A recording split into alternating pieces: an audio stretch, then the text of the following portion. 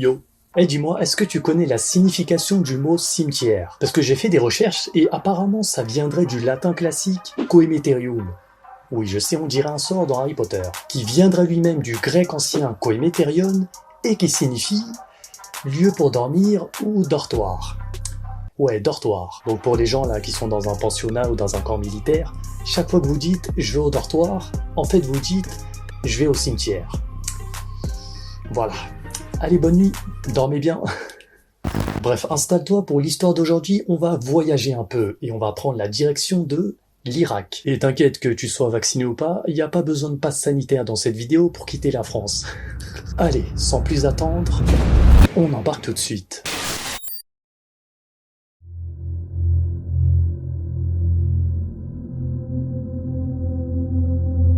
À 160 km au sud de Bagdad se trouve la ville de Nadjaf, une population d'un peu plus de 900 000 habitants.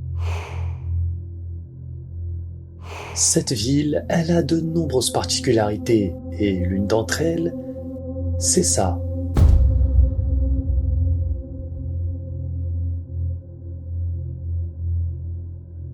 On pourrait croire qu'il s'agit d'une ville, hein. Bah détrompe-toi, il s'agit en fait d'un cimetière, le plus grand cimetière du monde. Sa superficie est de 6 km², donc en gros prends le 14e arrondissement de Paris et dis-toi que c'est un cimetière. Attends, je vais aussi te donner le nombre de tombes, donc de personnes qui sont enterrées là-bas. Il y en a 5 millions. 5 millions, je sais pas si tu te rends compte. Genre à Paris, tu vois, il y a un peu plus de 2 millions d'habitants. Et dans le plus grand cimetière parisien, le cimetière de Pantin, il y a 1 million de gens enterrés. Voilà, tu peux imaginer la chose. Cette véritable cité des morts s'appelle Wadi as-Salam, qui veut dire la vallée de la paix. Et pourquoi je te parle de cet endroit? Car depuis de nombreuses années maintenant, énormément de fossoyeurs disent être terrorisés par une présence qui rôderait entre les tombes.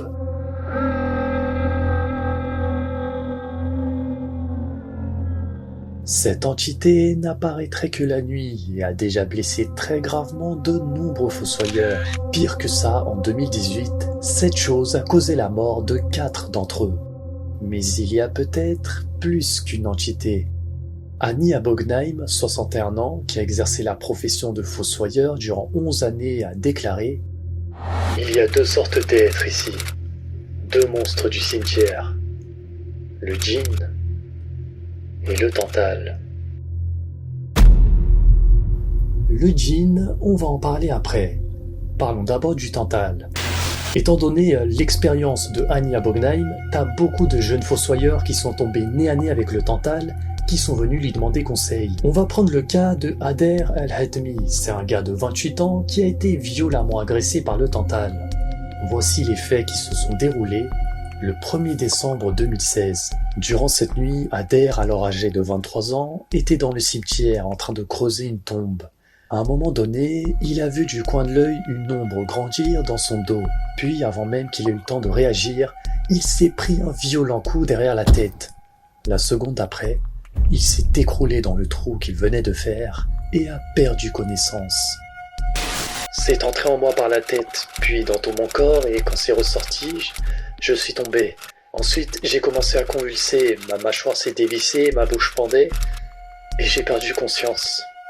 Plus tard, Ader se rendra à l'hôpital pour se faire examiner. Là-bas, les médecins vont lui annoncer que son crâne comporte effectivement la marque d'un coup très violent et qu'il doit se faire examiner le plus rapidement possible. Dis-toi que ces opérations lui ont coûté dans les 30 000 $. Depuis cette histoire, Ader il a démissionné et il n'ose plus retourner dans le cimetière par peur que le monstre en finisse avec lui. Il fait souvent des cauchemars, a des douleurs dans le corps et il boite lorsqu'il marche. En plus de ça, il a également été consulté des imams pour, je cite, « retirer la part de monstre qui est encore en lui ».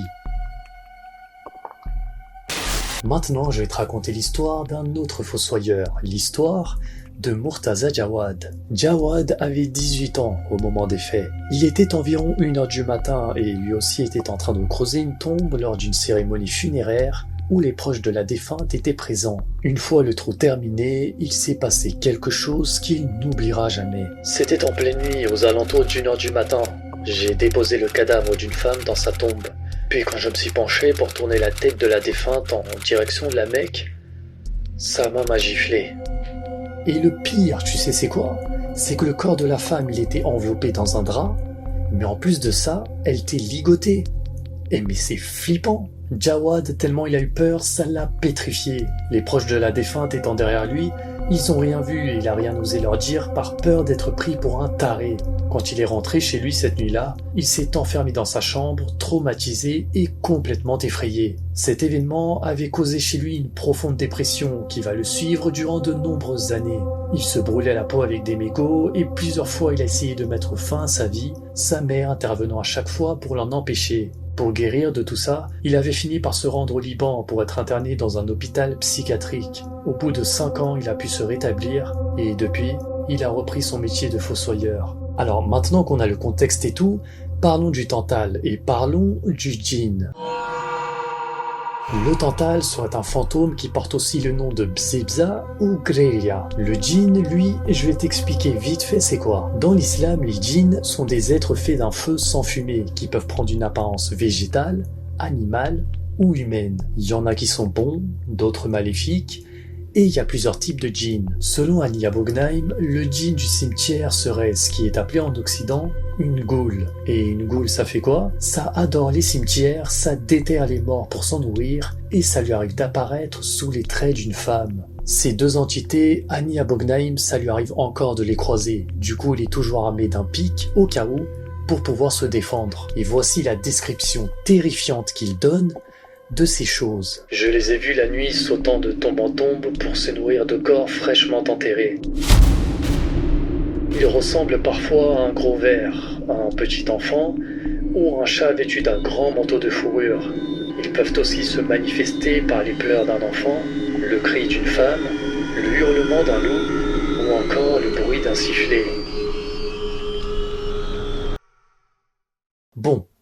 Il faut débunker tout ça. Premier point, est-ce que les gens peuvent avoir tout inventé pour faire le buzz? Adair, que je t'ai parlé en début de vidéo, ses soins lui ont coûté tellement cher qu'il a perdu sa maison. Même ses propres parents ont vendu la leur pour pouvoir l'aider à payer ses soins, et les pauvres y vivent aujourd'hui dans un taudis. Ah oui, et sa femme a fini par divorcer de lui et partir avec les enfants. Donc à moins qu'il soit un débile mental, le mec n'a rien inventé. Pareil pour Jawad qui a dépensé dans les 7000 $ pour ses soins et qui a passé des années enfermé dans un asile. Autre chose à signaler en Irak, le sujet des problèmes mentaux est tabou. Si on t'entend parler d'un truc comme ça, pour la majorité des gens, ce serait une honte pour la famille. Donc, soit t'en parles et on te prend pour un taré, soit t'en parles pas et tu deviens taré.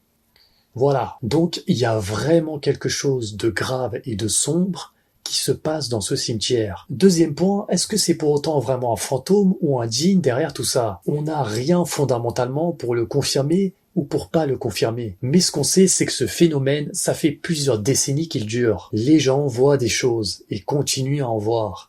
Mais malheureusement, on n'a pas plus d'infos. La seule solution pour avoir le cœur net sur cette histoire, ce serait directement d'aller sur place et d'enquêter, tout simplement. Pour conclure et terminer cet épisode, des médecins ont essayé d'expliquer pourquoi le corps de la femme avait bougé tout seul en disant qu'un corps mort, ça peut bouger, mais on parle de petits mouvements, pas d'arracher les cordes et de te mettre une droite. Le père de Adair a dit de son côté que la femme de son vivant pratiquait peut-être de la magie noire. Sinon, selon un autre fossoyeur, le djinn et le Tantale prendraient possession de terrains funéraires qui ont été illégalement revendus sur le marché noir. Et en colère, il s'en prendrait alors aux humains. Le mystère du cimetière de Natchaf sera-t-il résolu un jour? Ou est-ce que le djinn et le Tantale continueront encore d'effrayer les fossoyeurs et d'arpenter les tombes durant encore longtemps? Dites-moi en commentaire ce que vous pensez de tout ça et avant que je dise les mots de la fin, si vous avez bien aimé cette vidéo, partagez-la dans vos stories Insta, Snap et Facebook et sur Twitter, n'hésitez pas à retweeter. Et rappelez-vous, si jamais vous entendez un cri de femme, les pleurs d'un enfant, ou si vous voyez un petit garçon sauter de tombe en tombe la nuit dans un cimetière, il y a des chances que vous soyez en présence du Tantale ou d'un djinn. Sur ce, à la prochaine.